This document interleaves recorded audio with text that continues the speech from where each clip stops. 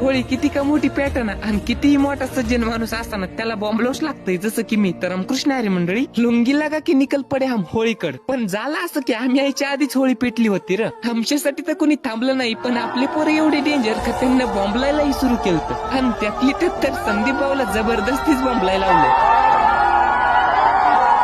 आणि हे बारकी एवढे खतरनाक का होळीला येडा घालीत लईच बोंबलत होते.